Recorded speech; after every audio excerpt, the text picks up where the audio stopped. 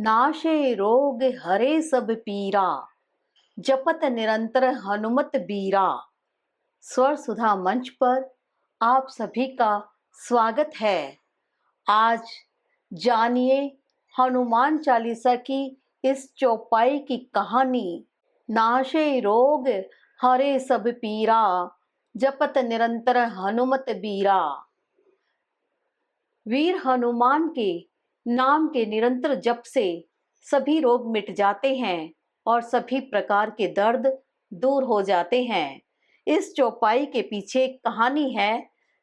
रावण खुश होकर अपने आप से बातें करने लगा। शक्तिशाली वानर कबीले से बदला लेने में अब खूब मजा आएगा। सुमेरु में नदियों के पानी 5 फन वाले सांप 5 फन को तैनात करके मैं सारा पानी ही दूषित कर दूंगा। पानी के बिना जीवन संभव नहीं है। ये आरोप कोई लगा ही नहीं सकता कि रावण ने नदियों में जहर डाल दिया है। अरे, मेरा नाम दशग्रीव है, दशानन है। मैं भला ऐसी गलती क्यों करूं कि दुनिया वाले मेरे ऊपर उंगली उठाएं। बस बात इतनी सी है कि जो लोग इन नदियों का पानी पिएंगे उनका दिमाग कमजोर हो जाएगा। फिर वह रावण गुलाम। अरे, उन सभी को सम्मोहित कर अपने नियंत्रण में कर लूंगा। मैं जानता हूं कि शारीरिक क्रियाएं 5 वायु द्वारा नियंत्रित होती हैं। ये हैं प्राण, अपान, व्यान, समान और उदान। ये श्वास, पाचन, उत्सर्जन आदि पर नियंत्रण रखती हैं। मुझे और क्या चाहिए। वानरों के तन और मन को अपने वश में करके अपनी शक्तियों को और शक्तिशाली बनाऊंगा। राजा केसरी को इस बात का तो एहसास था कि उनका पानी दूषित हो रहा है, लेकिन इसके पीछे कौन है इसका अंदाजा शायद उन्हें नहीं था। उन्होंने पानी की कमी को दूर करने के उद्देश्य से कुएं खुदवाने शुरू किए। हनुमान ने अपनी पूंछ का उपयोग करके शीघ्र ही सारे राज्य में सैकड़ों कुएं खुदवा दिए। रावण ने सपने में भी यह नहीं सोचा था कि उसकी श्रेष्ठ योजना विफल हो जाएगी। योजना विफल हुई तो हुई, साथ ही रावण द्वारा बनाई गई अति गुप्त की सूचना केसरी को मिल गई। हनुमान को रावण की इस दीर्घकालीन योजना का पता चलते ही उन्होंने अपनी कार्य योजना सिर्फ कुआं खोदने तक सीमित नहीं रखी। हनुमान ने इससे आगे की योजना पर काम करना शुरू किया। पंचफन को सजा देने का फैसला किया। पंचफन भाग गया। वह अगली रात पंचफन फिर से चुपचाप अंदर आया और केसरी को काट लिया। हनुमान ने क्रोध में आकर पंचफन सांप को पकड़ लिया। उसके फन के ऊपर से बहुमूल्य मणियां निकाल ली। सांप के फन पर लगे रत्न उसकी सर्वोच्च महिमा, गौरव और अभिमान माने जाते हैं। उस अभिमान को हनुमान ने तोड़ दिया। हनुमान का हाथ जैसे ही 5वें पर गया, तभी किसी ने उसे रोका। पंचफन का 5वां रत्न नष्ट हो जाता तो उसकी मृत्यु हो जाती। पंचफन की मां ने हनुमान से विनती की कि हे हनुमान, आप मेरे पुत्र को छोड़ दें। मैं आपको वचन देती हूँ कि यदि आपने उसे जाने दिया तो वह कभी भी किसी भी जीवित प्राणी को परेशान नहीं करेगा। कृपया अपने विशाल हृदय से मेरे बेटे पर दया करें। एक मां की पुकार सुनते ही हनुमान ने अपनी पकड़ ढीली कर दी। पंचफन सरक कर बाहर निकल गया। पंचफन ने हनुमान से विनम्रता पूर्वक कहा, मैं अपनी मां के वचनों को पूरा करूंगा। फिर उसने हनुमान के चरणों में गिरकर कहा, हे पवन पुत्र, मुझे क्षमा करें, मुझे अपने चरणों में स्थान दें। हनुमान ने उसे माफ कर दिया। पंचफन हनुमान का भक्त बन गया। पंचफन को अपनी गलती पर ग्लानि हुई।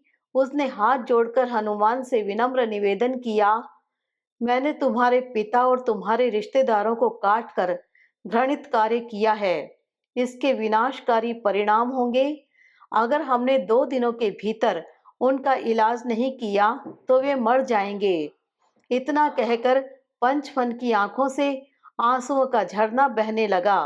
उसने सुझाव देते हुए कहा, हम सभी राक्षसों के गुरु शुक्राचार्य से अपना संजीवनी मंत्र देने के लिए कह सकते हैं, जिसमें सभी को वापस जीवन में लाने की उपचारात्मक शक्तियां हैं। पंचफन शुक्राचार्य को करीब से जानता था। वह स्वेच्छा से उनके पास गया और अनुरोध किया। उसे निराशा ही हाथ लगी। पंचफन ने लौटकर हनुमान से कहा, तुम्हारे वंश को बचाने के लिए हमें प्रबल द्वीप पर ही उगने वाली वैशाली कर्ण पुष्प नामक एक जड़ी बूटी लानी होगी। इस द्वीप का रास्ता न केवल खतरनाक है, चुनिंदा लोगों के लिए ही यह जड़ी बूटी सुलभ है। जो अबोध बालक, ब्रह्मचारी और त्रिदेव होने की 3 कसौटियों पर खरा उतरता है, वही 100 योजन दूर स्थित प्रबल द्वीप में प्रवेश कर सकता है। हनुमान जाने के लिए तैयार हो गए।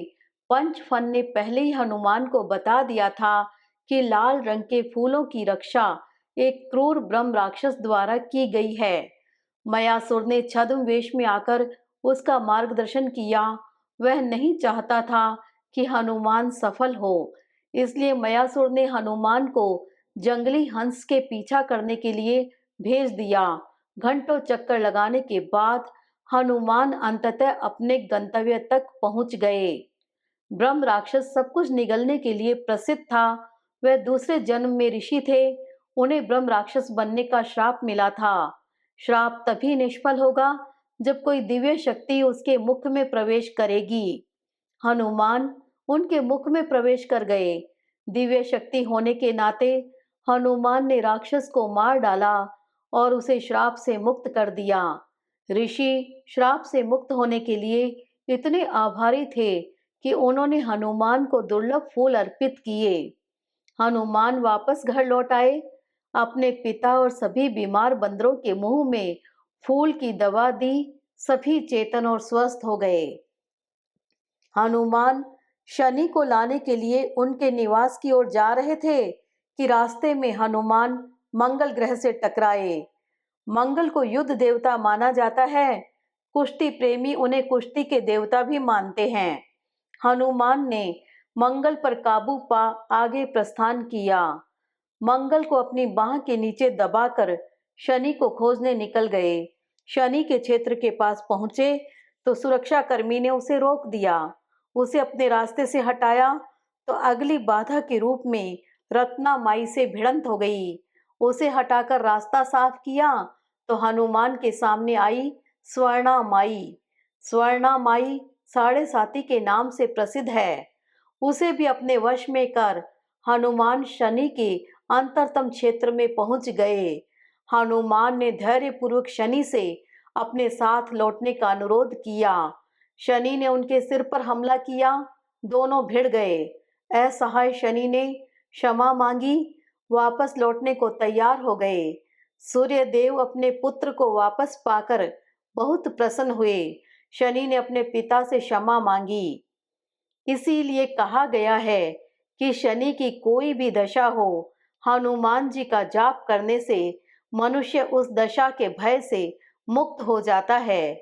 शनि की साढ़े साती भी हो तब भी हनुमान जी के निरंतर ध्यान से, हनुमान चालीसा, सुंदरकांड के निरंतर पाठ से मनुष्य पर किसी भी प्रकार का कोई कष्ट हो तो उसका निवारण हो जाता है।